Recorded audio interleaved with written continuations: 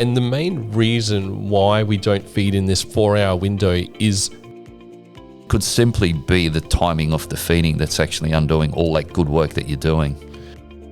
Welcome everyone to the next episode of the Zen Nutrition Podcast. You're with your host Bryan and Peter today. And today's podcast is on, should I feed my horse before or after exercise? Why timing does matter. How are you, Pete? Very well, Bryan. We're going to be on a straight and narrow today, Bryan. After our last performance with all the alcohol jokes, I think we're gonna keep it on the down low. We'll stick to our kombuchas maybe today again. Yeah. Yeah. Well, this really comes up a lot about feeding before or after exercise, and probably the first thing we will just outline is we're going to talk about the hard feed mainly, but we will address when you should feed your roughage before or after, and then the hard feed and what it really means to your horse's physiology and how it can compromise performance, digestion, and their overall health if you get this timing wrong. It's a very good summary, Bryan, and I think we will break it up into obviously the hard feed when that needs to be fed. And look, in some instances it will be before, in some instances it will be after, some instances will be before and after, but it really depends on the discipline that you're competing in, okay? Then the other part we'll break on is the roughage, which is critical.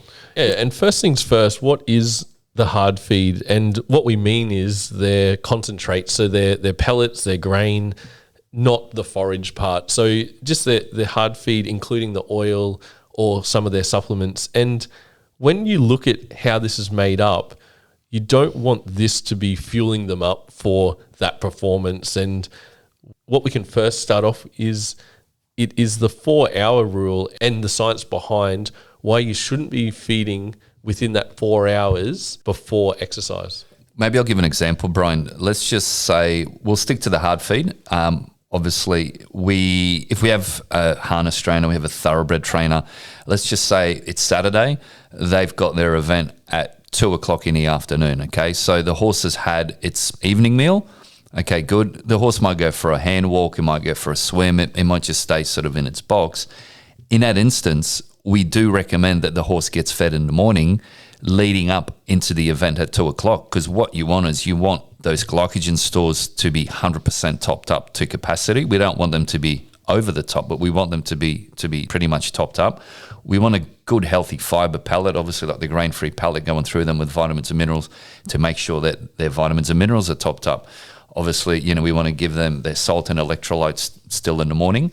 So in that instance, you got to look at when are you feeding and when the event is. And Bryan, as Bryan mentioned just before, you got to have the 4-hour gap from when the horse finishes the meal to when the actual event is taking place. Yeah, and on top of that glycogen replenishment, this happens up to 3 days before the event as well. So just because you provide the meal before or in that morning in the right amount of time, all your training and the use of the nutrients throughout your training are going to be stored in the horse. And that's to do with how glycogen is stored in the muscle. But there is no shortcuts into really playing catch up if they're in a deficiency and you haven't been feeding that amount of hard feed consistently throughout their preparation. And that also includes fat. So that good fat source is actually going to be utilized throughout its training, and the horse can use that as energy, not just given on the day and expect them to use it straight away. Absolutely. Let's do a 180 and we'll go back to that harness trainer and a thoroughbred trainer. Let's just say it's not Saturday race day. Let's just say it's going to be a standard week, Monday to Friday, okay? So what we recommend is obviously the evening meal that the horse has had the night before, that's more than enough of a replenishment along the hay that the horse is eating throughout the whole night. Horses aren't like us humans that we go to bed at 10, we wake up at 6 and we're good. They'll be eating, they'll be waking up, they'll be walking, they'll be sleeping. There's a cycle they go through. When that horse might take that horse out at whether it's 4 o'clock, 5 o'clock, 6 o'clock, 7 o'clock, we do not recommend you feed the hard feed meal before training, okay? Because the horse is already topped up. It's had roughage throughout the night. The acid is already low from the hay that it's had throughout the night.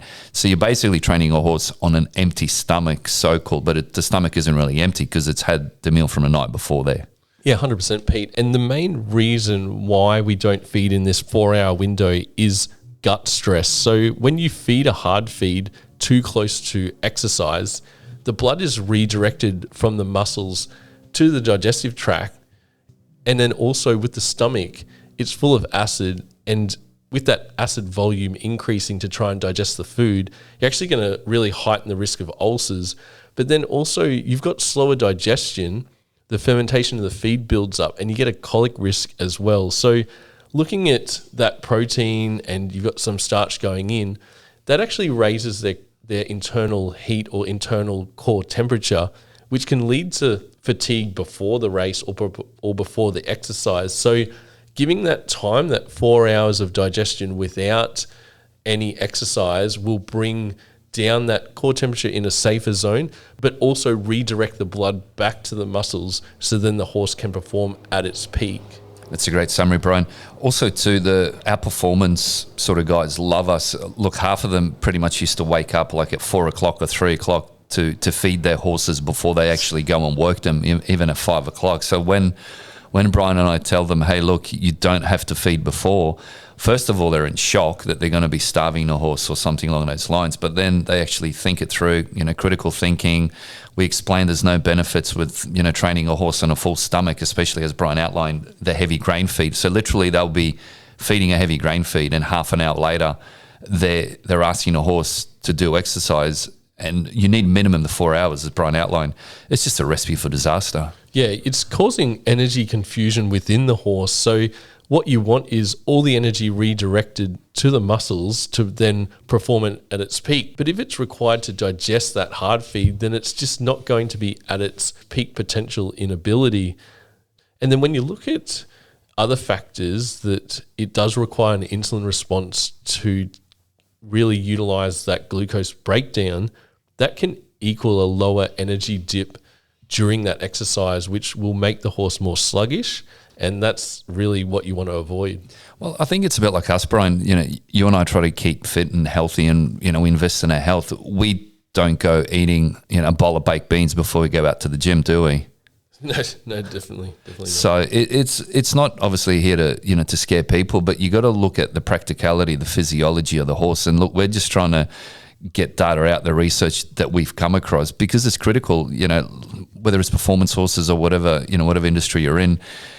It's not a cheap exercise to go through, and training horses, obviously, to compete. We're not all, competing out there for like millions of dollars in prize money. So all those little things that you get wrong compound the problem even more. And then, the horse, whether it gets slower, whether it gets sour, the performance isn't there. And it could simply be the timing of the feeding that's actually undoing all that good work that you're doing. Yeah, 100% agree there, Pete. And I'll touch on another condition that may be increased, and that's an increased risk of tying up if you feed in that 4 hour window that we're advocating against. And the reason why it increases the risk of this is the insulin spike in the horse, it actually disrupts the electrolyte balance. So feeding a heavy grain or protein-rich hard feed within that 4 hours will cause a spike in blood glucose. The body of the horse responds with a surge of insulin.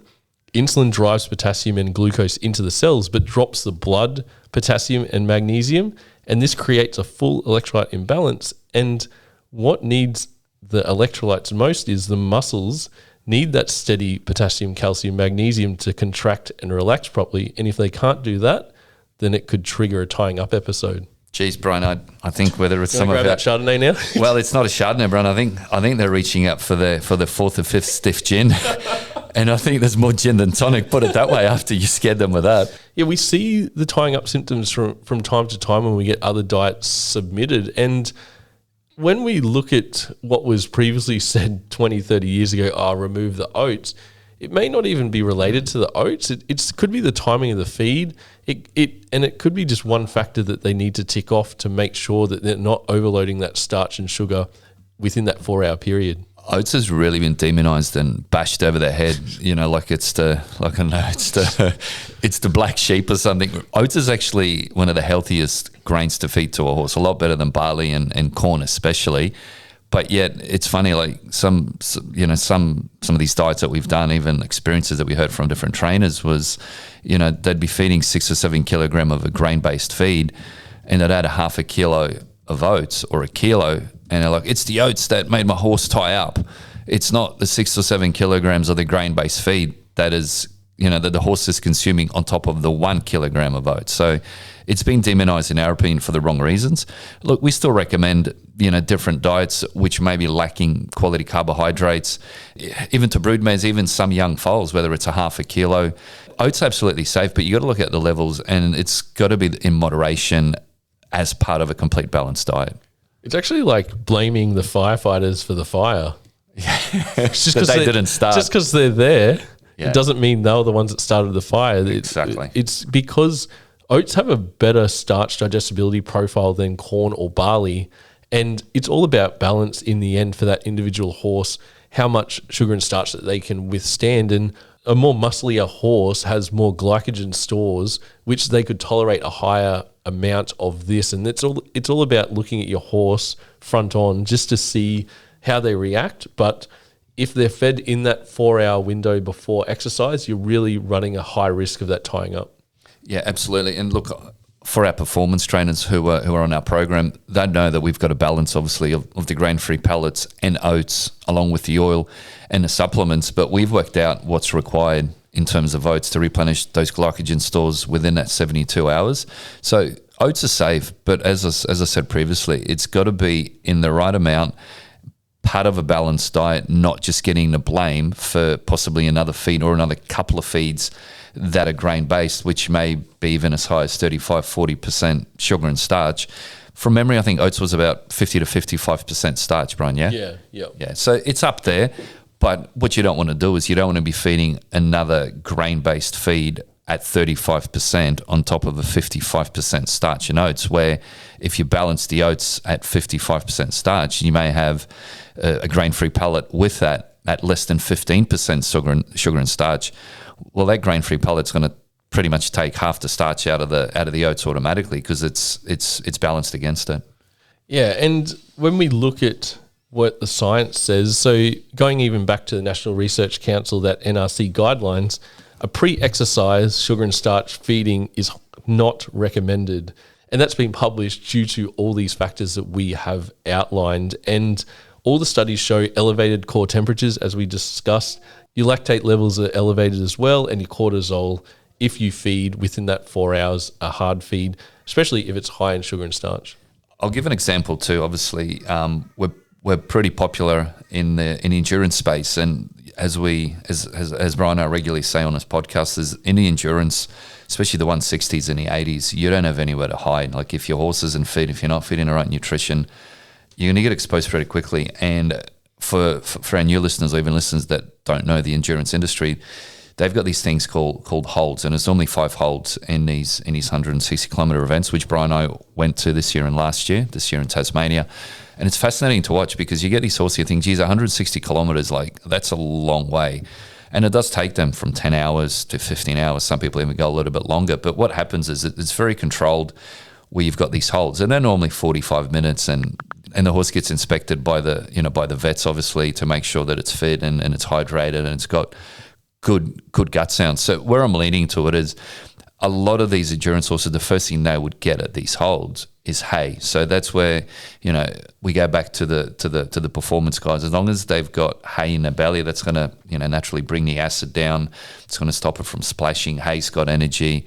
You're sort of replenishing what the horse needs, and it's always going to want to eat hay before it eats a hard feed. So then, it's going to get hay first, then it's going to get access to obviously a hard feed.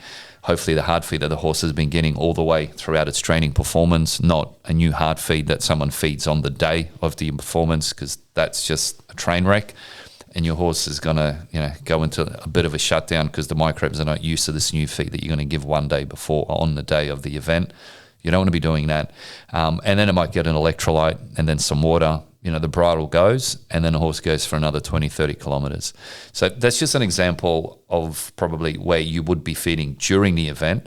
Look, probably 95% of our listeners would not be feeding that during that competition. Obviously, they're more before and after. But that just shows you that during an intense event like that, horses still can get feed, but it's got to be roughage first. Yeah, 100% agree with that, Pete. And with that hard feed, it is quite minimal, but the most important part of that about that is that balanced vitamin mineral profile going in with the trace minerals, but then also that electrolyte amount is what is really important. And a performance horse can really intake, for example, that 25 grams of electrolyte every so often through that performance, because that's how they're designed to even trickle that in, because the kidneys are filtering it, and it really helps lower that dehydration risk, but then also helps the muscle contraction where it's needed the most. Yeah, and that electrolyte's going to pull the water into the cell. So as the endurance guys know, that there's a lot of sweating going on, obviously for a long duration. Is to maintain hydration, you need the water inside the cell, which is what the electrolyte does along with salt. But then you want the water outside the cell as well. So you got to have that perfect balance. If you're not feeding salt and you're not feeding electrolytes, you've only got the water outside the cell, so your horse isn't actually hydrated, and all it's doing, it's stripping the minerals out of the body because it's not going into the cell. Yeah, that's well said, Pete. And so now that we've scared everyone from feeding within the 4 hours of exercise, when should we be feeding our hard feed? And that is after work. And the research does suggest you can feed right after exercise, after the horse has cooled down. And there's reasons to this, and the horse's muscles are more insulin sensitive. So any sugar and starch in that feed doesn't require the insulin to get into the muscles. So it's a really perfect opportunity that the glucose from the feed is stored as glycogen for that next exercise. And this will be a continual amount of storage over the next 48 to 72 hours. Protein and the amino acids, they're actually really well absorbed at this time, and they're used for repair and growth of your muscles and also other parts of the body. But then also the digestive blood flow returns back to the digestive tract from the muscles. So you're getting more efficient absorption, and also your horse is more thirsty after the event, obviously. And this really gives to better electrolyte uptake and where it needs. So this is a really good window of opportunity to support the performance gains and repair of your horse when you feed the hard feed after the exercise. An example I like to give pretty much in layman's terms is, if you can imagine you've got a big fuel tank, okay? So when you're feeding after the exercise, as Bryan just mentioned, your fuel tank, let's just say it's half full and might be down to low, you're actually replenishing, you're refilling the fuel tank to top it back up. If you were to fill a tank that's already full, well, what's going to happen? You're going to get overflow, and that might mean where you're getting carbohydrates coming out of the small intestine into the hindgut where they're not supposed to be, and then they're fermenting in there, causing all sorts of mischief. So look at the analogy: when a tank is empty, replenish, feed after the event. Bryan mentioned earlier, it can take up to 72 hours to replenish those glycogen stores after a race or after very heavy exercise. You got to look at sort of your horse to know exactly. Some might be 48, some might even be longer than 72. So you're better off not doing too much strenuous exercise within a 72 hours, because what will happen is, if you haven't topped up the glycogen stores within 72 hours, now you're dipping into them again and they're not full. So now you're running at a deficit deficiency. Yeah, and that exercise definition is anything quicker than a canter is going to be using or dipping into that glycogen stores. And it's just about managing your horse and their response and seeing their energy levels post-event to then give you a good guide of if you're overdoing the work coming back in after that exercise or performance. Well, that's where sort of knowing your horse is paramount. They're not a sports car like a Ferrari where you add the fuel in, put the pedal to the metal, and she flies. So you gotta know your horse. Some horses may need 2 or 3 or 4 days even with nothing, like no walking, no nothing, maybe even just in a day yard to recover from the event, where you get others that will bounce back doing backflips sort of after 24 hours. So some trainers could have that inkling, oh, well, it's bounce back super, let's put on a treadmill after 2 days, 48 hours, but yet the horse hasn't replenished those glycogen stores. So now, you're almost at the mercy of emptying the glycogen stores even more. But worst of all, you could be, tapping into burning muscle as well. Yeah, now we'll address the $64,000 question is, if I can't feed my hard feed 4 hours before work, what can I feed, Pete? Roughage, Bryan? Yes, I had to think about that one. You almost got me on the spot there. $64,000 worth of Monopoly money. That was the question. So when you look at what you should and what should be available to your horse before work, and that's that hay access. And there's a really good rule of thumb that 1 to 2 kgs of hay, and that's about 1 to 2 biscuits, depending on the hay type, fed 1 hour to 2 hours before the exercise is a nice sweet spot to really help support the gut. And they're designed not like a human to have obviously anything in their stomach. Horses are actually designed to have that roughage in the stomach because it balls up and creates like a fiber mat. That the key difference to a human is our acid only rises when we're hungry or when we have a response to food hitting our tongue. A horse doesn't have that choice. They evolved with acid pumps always continually on and rising and supporting what nature intended with their trickle feeding. So they're always expecting their head to be on the ground, bringing in some roughage source. And us trying to domesticate them and do their performance interrupts that natural flow, which then unfortunately causes that gastric ulceration if there's nothing in that gastric environment to help buffer that rising acid. And when you look at the types of hay, grassy hay is good, grassy lucern's good as well, and lucerne can be used in this instance at a minimal because its calcium content is a little bit higher, which helps buffer the gastric acid even more to neutralize it, to make it less acidic, to burn those holes in that top part of that unprotected layer. The other advantage of roughage, or that long stem roughage, is the saliva production. So the horse was given teeth to chew, which is a side-to-side scissor action, which creates a lot of saliva. That saliva is an antacid to that acid rising in the gastric environment. It's really nice to see that when a horse is chewing over a whole day period, it's nearly producing 25 to 30 litres of saliva. And then when you look at how the gastric acid is rising or pumping, it can be nearly 30 litres of acid coming out per day. So it's really in that balance, or that natural balance. So feeding close to an exercise, feeding a long stem roughage, and we're not talking about chaff because that's just chopped up hay, really expensive, doesn't create enough saliva, and doesn't really create that fiber mat that we're looking for to really protect the unprotected layer at the top of the horse's stomach, which is then prone to all that ulceration. Bryan, you said it all in one breath. Yeah, I know. I just had to, well done. Keep going. I'm just sitting here in awe, going, keep talking. Yeah, you go. No, just further on to that. Look, I don't have much to add, but your best friend's going to be a slow feeder hay net. So Bryan mentioned obviously giving the hay an hour before or 2 hours before. Look, I don't want to get out of bed at 3 o'clock and then give my horse, a biscuit of lucerne or grassy or whatever hay at 3 o'clock and then wait till it eats it an hour later and then go work it. So what I would recommend is invest your hard-earned money in a slow feeder hay net, and you make sure that it's full with your chosen hay to the brim the afternoon, or the afternoon before when you give it the final meal. So you may feed at 5 o'clock. You've got a slow feeder hay net. 5 p.m. You got a slow feeder hay net. Fill it to the brim. You're going to come back the next day. You're going to see all the hard feed's gone. You're going to see your slow feeder hay net halfway to the bottom. It's still 50% full. You're going to come and grab that horse at 4 o'clock or 5 o'clock. You haven't woken up at 3. You go, hey, I know that horse has been eating that hay throughout the night. It's eaten 50% of it. It might be 1 or 2 biscuits. Chances are the acid is going to be really, really low because that horse has been consuming the hay throughout the night. So what that does, it saves you getting up at 3 o'clock, feeding it a biscuit or 2 an hour before you work it, where this way you know that the horse has been consuming the hay. You can just grab it out of the box or grab it out of the yard, put the bridle on, start walking it out and start riding it. And I think 9 times out of 10, you're not going to get that acid splash that Bryan was mentioning. It's like horse owner welfare 101.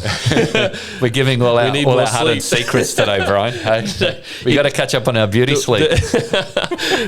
That way it does really keep that hindgut happy 24/7 as well, because you're trickling all that fiber through. You're not giving it all in one hit. But as Pete says, the horse will be primed for that exercise, knowing that there is roughage in there, and that's really going to help lower that ulcer risk in a huge way. When you look by definition, a horse should never go without hay for 3 to 4 hours at a time. If you're not supplying roughage or they're on pasture for a 3 to 4 hour period, that really increases ulcer risk. It actually increases digestive stress and also energy imbalance. And digestive stress can also cause ulcers in the lower part of the stomach of the horse. And that's not due to no roughage, but that's due to like stress ulceration, which is actually really avoidable if you just provide that roughage. And as Pete says, in a slow in a slow feeder net is really perfect. We still get a lot of people that still ration hay. I'll give it a biscuit morning and a biscuit evening. Well, okay, so what if that horse eats that biscuit evening in an hour and then it's got an empty belly pretty much throughout the whole night, and you drag it out of the box, you drag it out of the yard, and you start working it? That's you're almost 90% sure that you're going to get ulcers because that horse has had literally no roughage in its guts for 6-8 hours. So your slow feeder is going to be your best friend and your best investment. And the way that you know that you filled it enough is your horse still has some left in the morning. Okay, so fill it to the brim. If you've never fed hay ad lib or unlimited before, probably the first 3 days you think you're going to go bankrupt because it's smashing at hay like it's going out of fashion. Why they're doing that is because most likely that horse has never had ad lib or unlimited hay, and in its head it's going, look, I've just hit jackpot here. All my Christmas presents have come at once. I'm gonna smash this hay because I know that tomorrow I'm probably never going to get it again. And then as you keep filling it, day on, you keep filling, go 3, 4, 5. Then they start slowing down because they know that the hay is not running out. So don't worry if you're going to be feeding unlimited hay. Try to make it a grassy hay ideally, or a grassy lucerne. Don't go your prime lucerne. The only reason they hoover it down is because they've never had it in a slow feeder unlimited where they will self-regulate. They'll only eat what they need. It's not up to us to tell them how much they need to eat. That's very well said, Pete. And I can even extend on that is another concern that a horse owner or trainer has when they feed unlimited hay is won't they get a hay belly? And that's an absolute myth. And it's actually due to a low quality or low digestible hay type that you get. And that's more stemmy, low leaf, high lignin. So a good quality hay fed ad lib or all the time will not cause hay belly if it's that good digestible fiber. Because if you are getting those symptoms of hay belly, like that bloated, saggy looking abdomen, the poor top line, straight away it has to be the issue with the digestibility of that hay. And I think when you look at overall health of a horse and the whole benefits of providing that unlimited hay amount, both mentally and physically and energy wise, and lowering the risk of ulcers, it actually outweighs that risk of that hay belly. Well, if you're gonna support a farmer and he tells you he's got the best thing since sliced bread, and you don't want to spend the money on testing the hay, you'll know within a couple of weeks if your horse gets a hay belly, that it's most likely straw. Yeah, 100%. Look for those softer, that leafier. You got to actually really buddy up with a good hay merchant, because shortcutting one of their foundations of the diet, which is 85% of their intake of calories, is just playing with fire. And it is just such an important part of owning a horse is that hay quality, because as we've spoken on other podcasts, dry matter really does matter. So hay has many advantages over pasture in the ground because it is low moisture content but higher concentration of nutrients. But getting a really good grassy hay or grassy lucerne, as we've just touched on, is just so important for their overall health and that balance of nutrients going in. Bryan, is that the same equivalent as if tequila or a No, it's tequila? not. It's a better one. Come on. Is that the same as if I'm going to, drink mid-strength beer and have 24 beers and still be sober, but I've gone to the toilet 24 times? Where if I drink a heavy lager, I don't need to have as many and I'm going to be good. That's a good... Quality over quantity. Yeah, so when you do, as Bryan said, buddy up with a good hay merchant, normally they will cut it a lot sooner. So the way that, and here's a bit of a trick of the trade, we'll let out our secrets today. When you cut a grass when it's slower, it's going to have more nutrients, obviously. You're going to have better protein. You're going to have a better balance. The sugar should be fine. It's going to be more digestible. Where some of the hay merchants, they want to, I don't know, maybe leave it till it reaches the Eiffel Tower or something. Because they're maybe not that high, but they get a better yield out of it. So obviously the longer they let it grow, the less digestible it is, the less protein it's going to be, the more chance you got of stalks, less leafy it's going to be. But it's a better yield for them. So look, different merchants run their businesses differently. We try to go for one that cuts it nice and early. So he's going to cut it nice and early. He's going to cut it more times, obviously, but he's going to have a better quality product. Where you get other guys that maybe a little bit lazy, or they prefer doing other things, and they might cut it once a month or once every 6 weeks. So they're going to get a very, very high yield, but the quality of that high yield is going to be a lot poorer than if it's a lower yield cut more often. That's well said, Pete. And the importance of hay in the horse's diet is so important in all the body systems, especially the immune system. And you probably heard it from us a million times that 70% of the horse's immune system is in the hindgut. And this is home to trillions of microbes. So that's bacteria, fungi, protozoa. They're all good when you promote them with a good fiber source, which forms the whole foundation of their gut microbiome. They ferment the fiber from the hay so they can produce energy from it, so those short-chain fatty acids. And these short-chain fatty acids, they actually fuel the gut lining of the horse, makes it a stronger intestinal barrier. So that means that the healthier gut lining allows fewer pathogens and toxins to go into the bloodstream, which equals a stronger immune system for your horse. So it all really works with their physiology, this hay foundation that you're finding. And as Pete said, it needs to be quality over quantity. Nothing worse than a headache, Bryan, the next day. I think if horses could talk, I reckon they'd get a headache from a bad hay batch, I reckon. It just, like, if that's what they're designed to do and trickle feed and have that digestible fiber source moving through their gut, it actually lowers their colic risk, it lowers their stress, it lowers everything to do with their whole digestive tract. From example, Bryan, the smart ones, you will see they will eat less of a poor quality hay than what they will of a good quality hay, because they know that it's going to bloat them, it's going to make them feel not as good as if it's a leafy, higher protein, better digestible hay. So they know. So yeah, pretty much is your hay's going to be your best friend, your slow feeder hay net's going to be your best friend. Please don't ration how much hay your horse needs. If you've got pasture, look, pasture is going to be good as well. You got to look at, is it like in Victoria now, they're finally got some rain, you've got pasture coming out of the ground really quickly, but this is the first growth basically. So that first growth is going to be full of water. On a previous podcast we've did, some of the first growth can be around about 90% moisture. So the protein quality in that grass is not going to be good, but it is good to keep your horse's gut flowing, obviously, with the pasture in the ground. Yeah, so after all that information, we can really recap this into a few points to give our listeners something to take away and apply to their own horse. So in summary, no hard feed within 4 hours of work, but that doesn't mean no roughage. And offer that small amount of forage 1 to 2 hours before, but even better, as Pete said, offer that unlimited roughage continually through a slow feeder hay net, and you'll make life a lot easier in the mornings, especially if you're exercising. And when is the best time for your hard feed? And that's post-exercise, which is after the exercise. And this is prime time for their hard feed for all that absorption and everything we outlined before. And always hydrate well and match the nutrition to your workloads, those calories going in and calories going out. And you're going to set your horse up to thrive in their performance. Bryan, that's very well summarised. And for our listeners, just one last thought. If you're a little bit confused, you like the sound of this, don't forget we've got the free diet consults. You got myself, Bryan, and Angelique as well. Look, it's a free service. We don't sort of rush you. If you've got a horse that you know something's wrong, but you can't put your finger on it, sometimes it's worth out. Even just give us a phone call to have a chat. We may be able to give you a few hints, ideas, because when you're stuck in it yourself, you're on Google, you're punching the numbers in through the nutrition softwares.